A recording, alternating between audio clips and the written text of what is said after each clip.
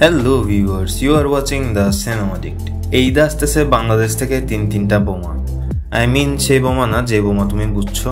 বোমা বলতে বুঝাচ্ছি সিনেমা। নিশোর দাগি, সিয়ামের জঙ্গলি আর শাকিব খানের বরবাদ। বোমা তিনটা ঈদে বেশ ভালোভাবেই ফাটবে মনে হচ্ছে। তিনটা সিনেমারই টিজার চলে আসছে আর টিজার গুলো কিন্তু বেশ ভালোভাবেই কাটা হয়েছে। এই কথা বলার কারণ হলো তুমি একটা টিজার দেখেও গল্পের আন্দাজ করতে পারবে না। টিজারগুলোর মধ্যে colour grading, production, background music, look সব দিক থেকেই বরবাদে গিয়েছে, বাট সিনেমার প্রাণ কিন্তু গল্প। সিএমের জঙ্গলি মুভির টিজারটাও বেশ ভালো বানাইছে, কিন্তু এক্সপেকটেশন অনুযায়ী পাই নাই আফরান নিশোর দাগি সিনেমার টিজারটা। স্টিল দেখা যাক, আফরান নিশো যেহেতু আছে সিনেমায় কি আছে। টিজার ভালো হলে সিনেমার হাইপ বাড়ে, তবে শুধু টিজার ট্রেলার দিয়ে সিনেমা জাজ করার কোনো মানে হয় না। বরবাদে যেহেতু সুপারস্টার শাকিব খান আছে, তাই অবভিয়াসলি সিনেমায় ভালো বাজেট আছে। রিলিজ হলে দেখা যাবে কোন সিনেমাটা কতটুকু এগিয়ে থাকবে। আমি কিন্তু তিনটার জন্যই এক্সাইটেড। দেখা যাক সিনেমাগুলোর ট্রেলার কেমন হয়। ট্রেলার আসলে আমি মাস্ট রিভিউ করব। তুমি কোনটার জন্য এক্সাইটেড কমেন্টে জানিয়ে দিও, আর সাবস্ক্রাইব ফর মোর।